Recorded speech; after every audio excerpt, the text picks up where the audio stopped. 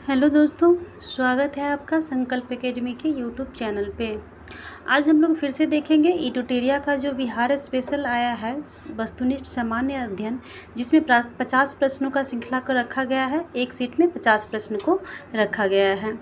तो उसमें हम लोग 4 नंबर सेट तक देख चुके हैं। आज हम लोग देखेंगे 5वां सेट को। ठीक है, जो लोग नए हैं हमारे चैनल पे वो चैनल को सब्सक्राइब कर लेंगे और एक बार शेयर भी ज़रूर कर देंगे। ठीक है, तो चलिए शुरुआत करते हैं। आज हम लोग 5वां सेट को देखेंगे। किसको देखेंगे? 5वां सेट को स्टार्ट करते हैं। हम लोग आज 5 नंबर सेट को स्टार्ट करते हैं। चलते हैं क्वेश्चन नंबर 1 पे। क्वेश्चन नंबर 1 कह रहा है हमारा, क्वेश्चन संख्या 1 हमारा कह रहा है, बिहार मानवाधिकार आयोग का गठन कब किया गया? बात करेंगे हम बिहार मानवाधिकार आयोग का गठन, तो ये 3 जनवरी 2000 को किया गया। कब किया गया? 3 जनवरी 2000 को किया गया। राज्य लोक सेवा आयोग के सदस्यों की कार्यकाल कितनी होती है? तो राज्य लोक सेवा आयोग की सदस्यों की कार्यकाल 6 वर्ष होती है। कितनी होती है? 6 वर्ष की होती है। नवादा, अरवल तथा जहानाबाद किस प्रमंडल के अंतर्गत आते हैं? तो ये मगध प्रमंडल के अंतर्गत आते हैं। किस प्रमंडल के अंतर्गत? मगध प्रमंडल के अंतर्गत आते हैं। अगले प्रश्न पे चलते हैं। किस राज्य का उच्चतम विधि अधिकारी कौन होता है? किसी राज्य का जो उच्चतम विधि अधिकारी होता है वो महाधिवक्ता होता है। कौन होता है? महाधिवक्ता। बिहार के कौन से ऐसे राज्यपाल हुए जो बाद में एक मिनट, सॉरी, फिर से पढ़ते हैं इस प्रश्न को। बिहार के कौन ऐसे राज्यपाल हुए जो बाद में राष्ट्रपति बने? ठीक है, राष्ट्रपति कौन बने बाद में? बिहार के कौन ऐसे राज्यपाल थे जो बाद में राष्ट्रपति भी बन गए? तो ये जाकिर हुसैन थे और रामनाथ कोविंद जी थे। ठीक है, ये दोनों जो थे पहले बिहार के राज्यपाल बने, बाद में राष्ट्रपति बन गए। विधानसभा सदस्य चुने जाने हेतु न्यूनतम आयु सीमा कितनी है? न्यूनतम आयु सीमा की बात करेंगे तो ये 25 वर्ष हो जाएगी। कितनी हो जाएगी? 25 वर्ष। दिए गए विकल्पों में से कौन सी शक्तियाँ या कार्य राज्यपाल को प्राप्त है? ठीक है, यहाँ प्राप्त है की बात कर रहे हैं, तो वित्तीय शक्ति भी प्राप्त है, विधायी शक्ति भी प्राप्त है उसे, और न्याय संबंधी शक्ति भी प्राप्त है। इसलिए हमारा डी ऑप्शन जो सही हो जाएगा उपयुक्त में से एक से अधिक। बिहार के पहले अल्पसंख्यक मुख्यमंत्री कौन बने? तो बिहार के पहले अल्पसंख्यक मुख्यमंत्री की बात करेंगे तो ये कौन बने थे? अब्दुल गफूर बने थे। कौन बने थे? अब्दुल गफूर बने थे बिहार के पहले अल्पसंख्यक मुख्यमंत्री। नेक्स्ट प्रश्न में चलते हैं। नेक्स्ट प्रश्न है हमारा कि किसी राज्य के संपूर्ण प्रशासन किसके नाम से संचालित किया जाता है? तो ये किया जाता है राज्यपाल के नाम से। किसके नाम से? राज्यपाल के नाम से। राज्य द्वारा वार्षिक वित्तीय ब्यौरा प्रस्तुत करने की बात भारतीय संविधान के किस अनुच्छेद में कहा गया है? तो ये हमारा 202 अनुच्छेद में। किस अनुच्छेद में कहा गया है? 202 नंबर अनुच्छेद में कहा गया है। बात करेंगे हम 203 अनुच्छेद दिया हुआ है ऑप्शन में, तो 203 अनुच्छेद का संबंध किससे है? तो ये विधानमंडल में प्राक्कलनों के संबंध में प्रक्रिया से संबंधित है। किसमें? विधानमंडल में प्राक्कलनों के संबंध में प्रक्रिया से संबंधित है। 203 अनुच्छेद। 204 अनुच्छेद की बात करेंगे तो 204 अनुच्छेद हमारा विनियोग विधेयक का संबंध रखता है। किससे? विनियोग विधेयक से संबंध रखता है। अगले प्रश्न पे चलते हैं। अगला प्रश्न है हमारा कि 73वां संविधान संशोधन को कब संपूर्ण देश में लागू किया गया? बात कर रहा है यहाँ पे 73वां संविधान संशोधन को संपूर्ण देश में कब लागू किया गया? तो 24 अप्रैल 1993 को लागू किया गया था। बिहार का कुल क्षेत्रफल भारत के कुल क्षेत्रफल का कितना प्रतिशत है? तो ये 2.86% है। कितना है? 2.86%।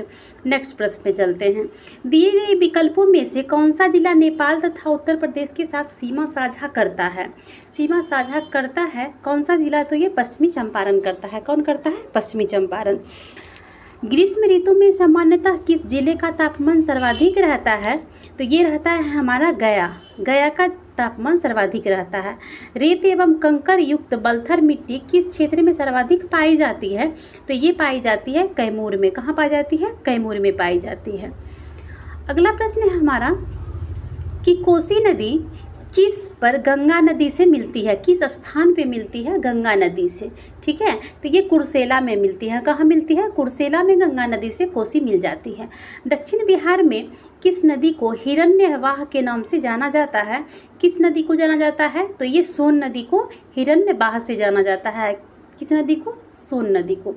प्रसिद्ध तुतला जलप्रपात कहाँ स्थित है? तुतला जलप्रपात की बात करेंगे तो ये सासाराम में स्थित है। कहाँ है तुतला जलप्रपात? सासाराम में। लीची उत्पादन में बिहार का स्थान कौन सा है?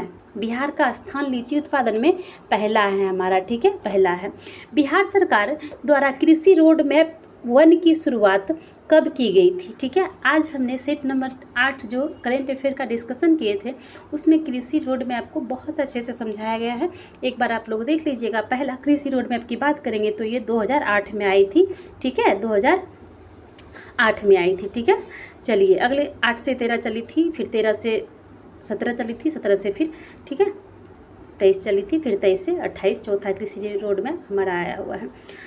अगला प्रश्न में चलते हैं कि जैविक कृषि को बढ़ावा देने के उद्देश्य से बिहार सरकार द्वारा जैविक कॉरिडोर हेतु कितने जिलों का चयन किया गया है? कितने जिलों का चयन किया गया है? तो इसमें हो जाएगा हमारा 13 जिलों को चयनित किया गया है। कितने जिले को? 13 जिला को चयन किया गया है। अगले प्रश्न पे चलते हैं। अगला प्रश्न है कि सेवकराम तथा हुलास लाल का संबंध बिहार के किस गौरवशाली कला से रहा है?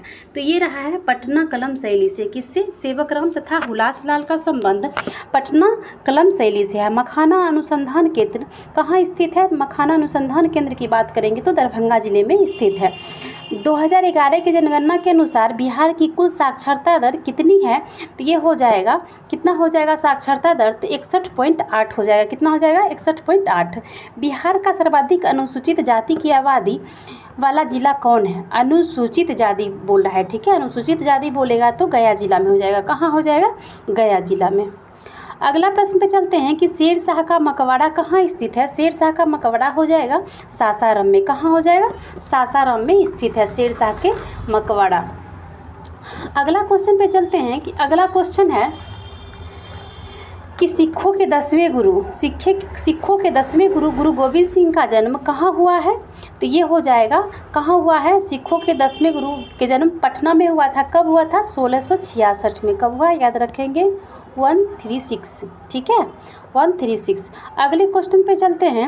अगला क्वेश्चन है कि डचों ने पहला अपना फैक्ट्री कब खोला था? पहला फैक्ट्री डच ने 1632 ईस्वी में खोले थे। कब खोले थे?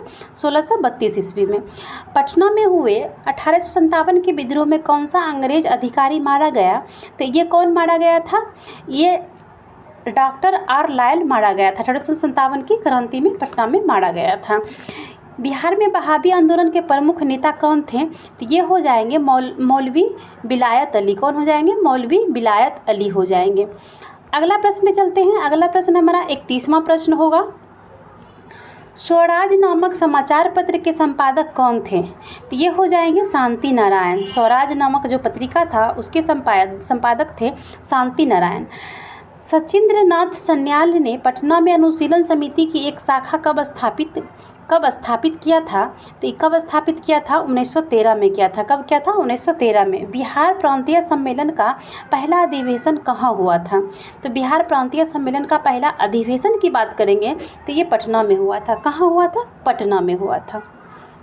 नेक्स्ट प्रश्न में चलते हैं। नेक्स्ट प्रश्न है हमारा, बिहार में अंबारी सत्याग्रह का नेतृत्व किसने किया? बात करेंगे अंबारी सत्याग्रह की। तो अंबारी सत्याग्रह कब हुई थी? 1939 में हुई थी। जिसका नेतृत्व किसने किया था? तो इसका नेतृत्व राहुल संकृत्यायन किया था। कौन किया था? राहुल संकृत्यायन किया था। नेक्स्ट प्रश्न में चलते हैं कि बिहार के किस जिले में गांधी जी ने एक सभा को संबोधित करते हुए कहा कि भारत में जब तक गांव के लोगों की दशा में सुधार नहीं होता तब तक सच्चा स्वराज नहीं प्राप्त हो सकता है। यानी कि जब तक गांव के लोगों की दशा सुधार नहीं हो सकता है तब तक लोगों की दशा में सुधार नहीं हो सकता है। यह कथन गांधी जी ने किस जिले में कहा था? तो मुजफ्फरपुर में। कहाँ कहा था? मुजफ्फरपुर में एक सभा आयोजित की गई थी, उसी में गांधी जी ने यह वक्तव्य को रखा था। बिहार के किस व्यक्ति ने खिलाफत आंदोलन का जमकर विरोध किया? विरोध करने की बात कर रहे हैं तो ये हसन इमाम और सच्चिदानंद सिन्हा ने व्यक्तिगत ये खिलाफत आंदोलन का विरोध किया था। असहयोग आंदोलन के दौरान बिहार में कृषकों का नेतृत्व किसने किया था? तो ये किसने किया था? स्वामी विद्यानंद ने। बिहार में कृषकों का नेतृत्व स्वामी विद्यानंद ने किया था। बिहार में किस व्यक्ति की अध्यक्षता में 1928 में हुई सर्वदलीय बैठक में साइमन कमीशन बहिष्कार करने का निर्णय लिया गया? किसकी अध्यक्षता में? तो ये सर अली इमाम की अध्यक्षता में यह निर्णय लिया गया था। बिहार में नमक सत्याग्रह की रूपरेखा किस व्यक्ति द्वारा तैयार किया गया है? तो बिहार में नमक सत्याग्रह का रूपरेखा राजेंद्र प्रसाद के द्वारा तैयार किया गया है। किसके द्वारा? राजेंद्र प्रसाद के द्वारा। 9 अगस्त 1942 को भारत छोड़ो आंदोलन के विरोध में पटना में निकाले गए जुलूस का नेतृत्व किस महिला के द्वारा किया गया था? तो ये भगवती देवी के द्वारा किया गया था। किसके द्वारा? भगवती देवी के द्वारा किया गया था। बिहार में चौकीदारी कर न देने के अभियान का शुरू कब किया गया था? तो ये किया गया था 1930 में। कब किया गया था? 1930 में किया गया था। बिहार में 1937 में गठित भारतीय मंत्रिमंडल का नेतृत्व किसने किया था? तो ये मोहम्मद यूनुस ने किया था। किसने? मोहम्मद यूनुस ने किया था, इसका नेतृत्व किया था। अगले प्रश्न पे चलते हैं। अगला प्रश्न है कि बिहार में नील बगानों मालिकों द्वारा हुए किसानों के शोषण से किसने महात्मा गांधी को अवगत कराया था? तो ये राजकुमार शुक्ल ने। किसने? राजकुमार शुक्ल ने अवगत कराया था। अगले प्रश्न पे चलते हैं।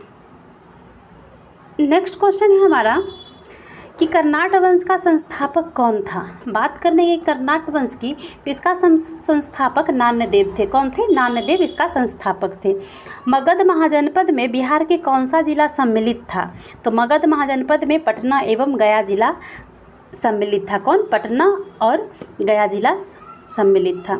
किसके द्वारा विश्व का पहला गणतंत्र वैशाली में स्थापित किया गया? ये लिच्छवी में किया गया। किसके द्वारा? लिच्छवी में किया गया। बिहार के किस जिले में आरंभिक पुरापाषाण कालीन औजार प्राप्त हुए हैं?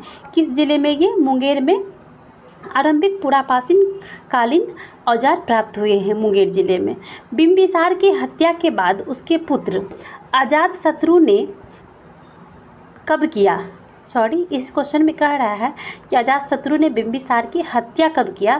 तो ये 493 ईस्वी पूर्व किया था। किस वर्ष किया था? 493 ईस्वी पूर्व। बात करेंगे अजातशत्रु का, किस वंश से इसका संबंध था? तो ये हर्यक वंश से संबंध रखते थे। किस वंश से? हर्यक वंश से।